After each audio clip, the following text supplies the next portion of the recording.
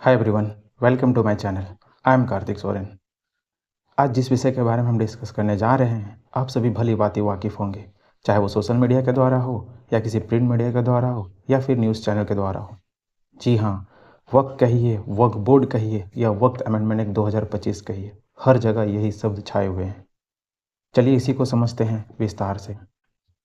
Video को start करने से पहले चैनल को सब्सक्राइब करें एंड बेल बटन को दबाएं ताकि इस तरह की इन्फॉर्मेटिव वीडियो आप तक पहुंच सके। यह अभी इतने चर्चा में क्यों है, पहले ये समझते हैं। दिन था 3 अप्रैल का जब भारत सरकार लोकसभा में बहस के लिए वक्फ अमेंडमेंट बिल को रखती है। जोरदार या कहे ऐतिहासिक बहस के बाद इसे बहुमत के साथ सदन से पारित कर दिया जाता है। लोकसभा से बिल पारित होते ही इसे राज्यसभा में भेज दिया जाता है। 4 अप्रैल 2025 को राज्यसभा में 10 से 12 घंटे के बहस के बाद यह बिल को बहुमत के साथ पारित कर दिया जाता है। दोनों सदनों से पारित होते ही इस बिल को प्रेसिडेंट के पास भेज दिया जाता है। हमारे देश में एक नियम है, जब भी किसी बिल को एक्ट बनाना हो या कानून बनाना हो, उसे राष्ट्रपति की मुहर अनिवार्य है। प्रेसिडेंट द्वारा 5 अप्रैल को मुहर लगते ही यह बिल एक्ट बन जाता है और इसे पूरे देश में 8 अप्रैल 2025 को लागू कर दिया जाता है। लागू होते ही देश के कुछ हिस्सों में वक्फ अमेंडमेंट एक्ट का विरोध शुरू हो जाता है। आइए हम लोग समझते हैं इसके मेन मुद्दे। वक्फ बिल, सबसे पहले वक्फ को समझते हैं। वक्फ क्या है? यह एक मुस्लिम लॉ है जिसका अर्थ होता है दान देना। जनरल लोग अपने मूवेबल या इमूवेबल प्रॉपर्टी को चैरिटेबल पर्पस के लिए वक्फ कर देते हैं, मतलब दान कर देते हैं, जिसे वक्फ बोर्ड मैनेज करता है। बेसिकली वक्फ बोर्ड का काम होता है इस प्रॉपर्टी को मैनेज करके मुस्लिम वेलफेयर के लिए इसको यूटिलाइज करना। आइए हम लोग समझते हैं सरकार ने कुछ महत्वपूर्ण बदलाव किए हैं। आइए एक एक करके समझते हैं सभी बिंदुओं को। पहला बिंदु है एलिजिबिलिटी क्राइटेरिया।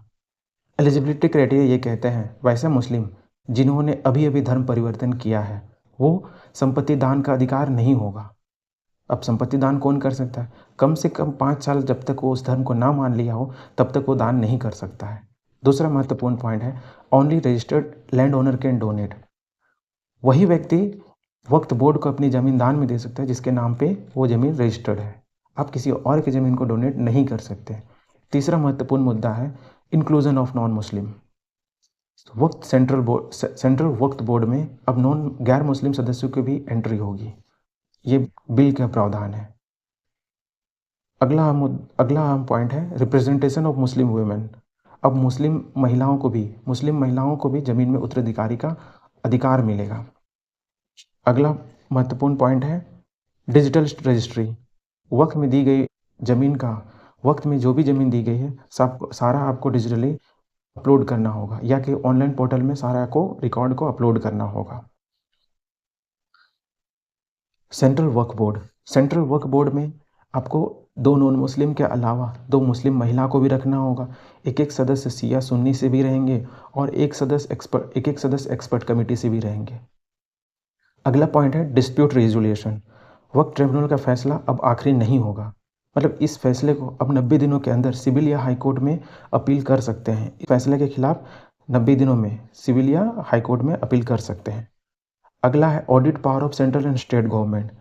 ऑडिट पावर अब ये कहती है कि चाहे केंद्र की सरकार हो चाहे राज्य की सरकार हो, अब इस बोर्ड का ऑडिट कर सकता है और इसे वक्फ बोर्ड इनकार नहीं कर सकता है। आइए हम लोग समझते हैं कि इसके कंट्रोवर्सी क्या क्या है, किन किन मुद्दों पे कंट्रोवर्सी हो रही है। जो सबसे ज़्यादा कंट्रोवर्सी हो रही है देश में, वैसे तो पूरा बिल का विवाद है, पर मुख्य पॉइंट जिसमें ज़्यादा कंट्रोवर्सी है वो है इंक्लूजन ऑफ नॉन मुस्लिम। मुस्लिम समुदाय का कहना है गैर मुस्लिमों की भागीदारी से वक्फ संस्थाओं की धार्मिक स्वतंत्रता पर असर पड़ेगा। दूसरा, गवर्नमेंट ओवरसाइट। सरकारी हस्तक्षेप से कहीं ना कहीं राजनीतिकरण होने का डर है। तीसरा है प्रॉपर्टी राइट इशू। मान लीजिए कोई पुराना उपयोग करता है जो वक्त ज़मीन का उपयोग कर रहा है, अब उसे हटना पड़ सकता है, जिससे प्रॉपर्टी विवाद बढ़ने का शंका है। चौथा और आखिरी विवाद वक्त बाय यूज़र। वक्त बाय यूज़र क्या कहता है, इसको हम लोग एग्जाम्पल से समझते हैं। मान लीजिए मुस्लिम समुदाय के लोग किसी पर्टिकुलर जगह पे जाके अपने नमाज अदा करते हैं और ये लोग काफ़ी सालों से कर रहे हैं। मान लीजिए कि इसको 10 साल 15 साल 20 साल से करे आ जा रहे हैं। फिर अचानक वक्फ बोर्ड आके कहती है कि ये ज़मीन हमारा है। अब उस पे पहले ये प्रोविज़न था, अगर वक्फ बोर्ड कह दे ज़मीन आप हमारा है तो उसको कोई चैलेंज नहीं कर सकता है। बट इन नए नए बिल के अनुसार, नई एक्ट के अनुसार अब इसमें ये प्रावधान है कि वक्फ बोर्ड किसी वैसे जगह को अब वक्फ प्रॉपर्टी नहीं घोषित कर सकता।